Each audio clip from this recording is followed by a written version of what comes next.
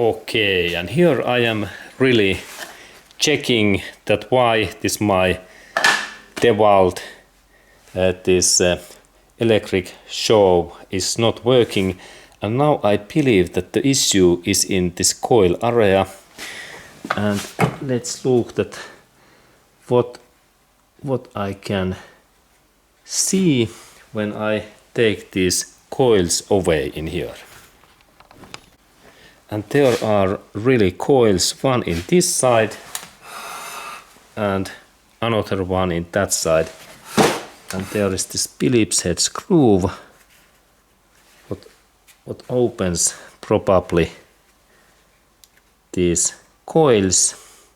And let's look at what these coils look like when I take this away. And there is this coil pack.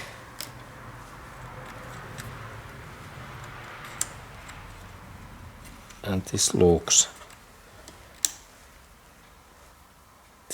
very long. And I can little bit sandpaper this one.